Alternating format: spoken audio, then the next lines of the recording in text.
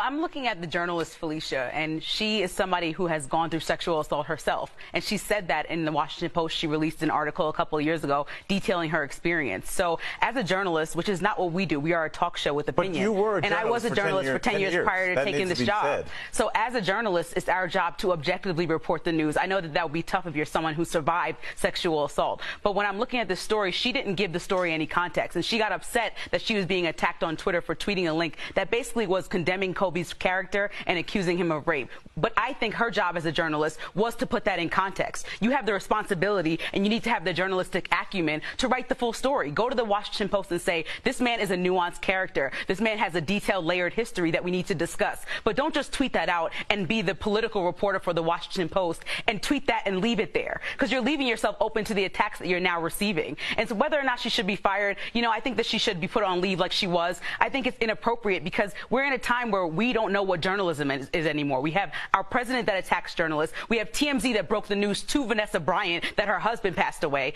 What are we doing now that we need to look at ourselves, people who call themselves journalists? We have journalists attacking a 7-year-old child, which is Blue Ivy, and we look at them calling out her characteristics. We need to do better altogether as journalists. And I look at this woman and I say it was your responsibility just to do better and give it more time than 2 hours after the man passes away to say what you think about him if it's negative. And, don't hide behind somebody else's article. I stand behind a journalist named Jillian Sheldon. She sat at that Kobe trial for 6 weeks. She followed it in Colorado, in and out, stayed there, interviewed all the lawyers, interviewed the woman who was accusing him. And she said, how can we use someone's worst day on this earth as a referendum on their character in totality? And we can't, because just like Kobe, we all have flaws and we're all layered individuals. And we've seen this story time and time again, too many times when it's a black man and a white woman that's an accuser, when that's the story and it goes down and he just goes and gets convicted by the public jury.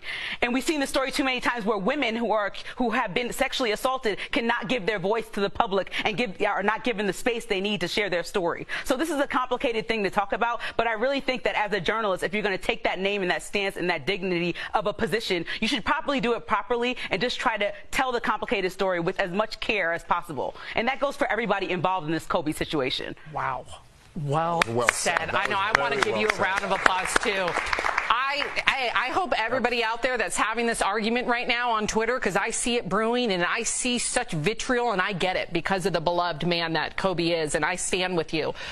But I hope that they can all somehow, we can clip what you just said and everybody hear it, because I think there's a responsibility that was lost, and you could not have said it in a more eloquent and passionate way. And we just can all just have a little bit more empathy. I mean, for the family, for everybody involved. The 7 people or 9 people lost their lives. Just have a little bit more empathy, whether you're the outlet trying to be first or the outlets that were completely wrong, saying that his whole family was on the plane. Have some empathy for other people. People lost their lives. And so we have to just step back and remember that, this man was a legacy and a legend for so many people. He's also a complicated human, but we cannot just assassinate his character when he's dead and can't even defend himself. We just have to do better. That was Amen. Really